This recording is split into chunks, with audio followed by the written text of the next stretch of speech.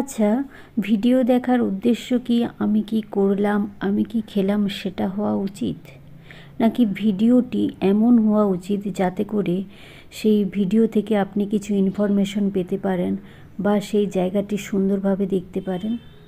Comment করে অবশ্যই জানাবেন। আমি মূলত এমনভাবেই ভিডিওগুলো বানাই যাতে থাকে না আমি কি করছি, আমি কি খাচ্ছি, আমি কি পড়ছি।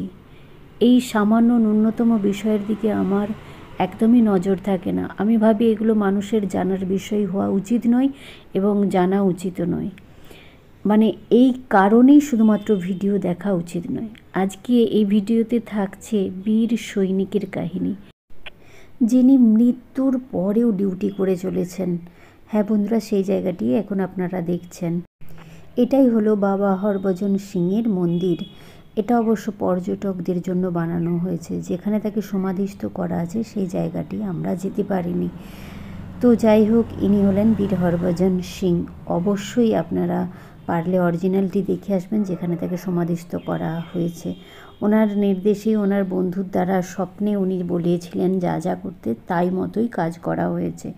এবং উনি এখনও জীবিত ব্যক্তির মতোই সমস্ত কিছু করে চলেছেন, অর্থাৎ নিজের ডিউটি পালন করে চলেছেন। 4 অক্টোবর 1968 সালে উনি এক দুর্ঘটনায় মারা যান। তারপর উনি নিজেই বলেছেন উনি কোথায় আছেন, কেউ তো ওনাকে খুঁজে পাননি, কারণ বরফে ঢাকা পড়ে গিয়েছিল। এই কাহিনী আপনারা ইউটিউবে সার্চ করলে অনেক পেয়ে যাবেন। বীর হরভজন সিং বললেই সমস্ত ঘটনাটা পেয়ে যাবেন। তবুও সংক্ষেপে আমি একটু বলে নিই শেষের কাহিনীটা। উনি এখনও কর্মরত আছেন। ওনার প্রমোশনও প্রতি বছর বা যখন করা উচিত তখনই প্রমোশন হচ্ছে, বেতন দেওয়া হচ্ছে। এবং বেতন যেভাবে মৃত্যুর আগে যেভাবে বেতন ওনাদের বাড়িতে পৌঁছেতো, আজও তেমনভাবেই পৌঁছে যায়। বা কোনো কর্তব্যরত কর্মীরা যদি ঘুমিয়ে পড়ে তাদের গালে ঠাস করে চড়িয়ে দিয়ে উনি ওনাদেরকে জাগিয়ে দেন। বা চীনে কেউ খারাপ কোনো যুক্তি করলে সেই কথা এখানে এসে ফাঁস করে দেন এবং বিপদের হাত থেকে সিকিম রক্ষা পেয়ে যায়। এভাবে উনি ওনার ডিউটি পালন করে চলেছেন। অনেক অনেক কাহিনী আপনারা ইউটিউব থেকেই পেয়ে যাবেন, আমি সামান্য অল্প করে বললাম। তো এটা হচ্ছে ছাঙ্গু লেক, জাস্ট একটু আগেই দেখলেন ছাঙ্গু লেক। ভীষণ সুন্দর জায়গা। আর গোটা রাস্তা ফিরবার সময় মেঘে ঢাকা হয়ে গিয়েছিল। প্রায় কখনো অন্ধকার হয়ে যাচ্ছে, কখনো একটু রোদ বেরোচ্ছে।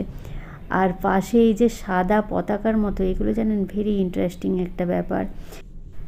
চলুন এই ইন্টারেস্টিং স্টোরিটা আপনাদেরকে জানাই। আমাদের ড্রাইভারটা আমাদের সাথে সব সময় বিভিন্ন বিষয় নিয়ে আলোচনা করেছিল, তো এটিও তার মধ্যে একটি। আমরা গোটা পাহাড় জুড়েই কিন্তু এগুলো দেখে চলেছি, বিভিন্ন জায়গাতেই রয়েছে।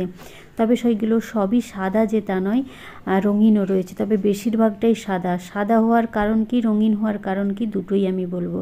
সাদা যে পতাকাগুলি, এগুলো মৃত্যুবার্ষিকীতে 108টা খাটানো হয়, মানে পুঁতে দেওয়া হয় বাঁশে লাগিয়ে। ছোট্ট ছোট্ট সরু সরু বাঁশ, যেগুলোকে আমরা কঞ্চি বলি, এখানে কিন্তু বাঁশ ওই রকমই ধরনের, অতটাই সরু। তো সেই সরু কঞ্চিতে বা বাঁশে এইগুলি খাটিয়ে দেওয়া হয় মৃত্যুবার্ষিকীতে ওনাকে উদ্দেশ্য করে। এতে অনেক ধর্মীয় কথা লেখা থাকে। তো সেইগুলি যত বাতাসে দুলবে তত ওনার মুক্তির প্রবণতাটা বেড়ে যাবে। তো মানে পাপ ক্ষয় হবে, পাপ ক্ষয় হবে আর উনি মুক্তি পাবেন। তো সেই বিশ্বাসেই এনারা এইভাবে করেন। আর যেগুলো রঙিন সেগুলো শুভ কাজকে উদ্দেশ্য করেই করা হয়। তো এই হলো এর কাহিনী। আমি গুছিয়ে ঠিক বলতে পারলাম না, তবে আপনারা ওখানে গেলে যারা যেতে চাইছেন তাদের কাছ থেকে জানবেন, ড্রাইভারদের কাছ থেকে, ওনারা ওনাদের কিছু শেয়ার করে দেবেন। এটি হলো আরেকটি ভিউ পয়েন্ট, ভীষণ সুন্দর জায়গা।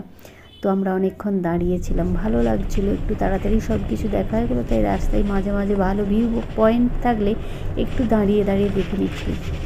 তো সন্ধ্যা হব প্রায়, সূর্য ডুবে গেছে। এদিকে কাঞ্চনজঙ্ঘা উঠে দিচ্ছে একটু একটু। তো দিনের বেলায় মানে সূর্যাস্তের সময় কাঞ্চনজঙ্ঘা আর সূর্য ওঠার সময় কাঞ্চনজঙ্ঘার দুই ভিন্ন রূপ। আমরা সূর্যাস্তটাই দেখলাম, সূর্য ওঠাটা ঠিক দেখতে পাইনি। তো বন্ধুরা, বিভিন্ন ভিডিওতে কিন্তু আমি বিভিন্ন ইনফরমেশন শেয়ার করছি সিকিমের, পূর্ব সিকিমে বেড়াতে গিয়ে যা যা অভিজ্ঞতা হয়েছে সেগুলোই আপনাদের সাথে শেয়ার করছি, সেগুলোই ভিডিওর মাধ্যমে দেখাচ্ছি। তো তো বন্ধুরা, যদি ভালো লাগে এই ধরনের ভিডিও দেখার জন্য আপনি চ্যানেলটিকে সাবস্ক্রাইব করে নেবেন। ঠিক দেখতে তো এমনই ছিল, তাই না? বিভিন্ন জায়গায় ভিউ একই রকম মনে হচ্ছে, তো যাই হোক, পাহাড়ের তো এটাই ব্যাপার। তো আপনারা প্লেলিস্ট চেক করে নেবেন, ওখানে সিকিমের অনেক ভিডিওই আপনারা দেখতে পাবেন। নমস্কার, ভালো থাকবেন।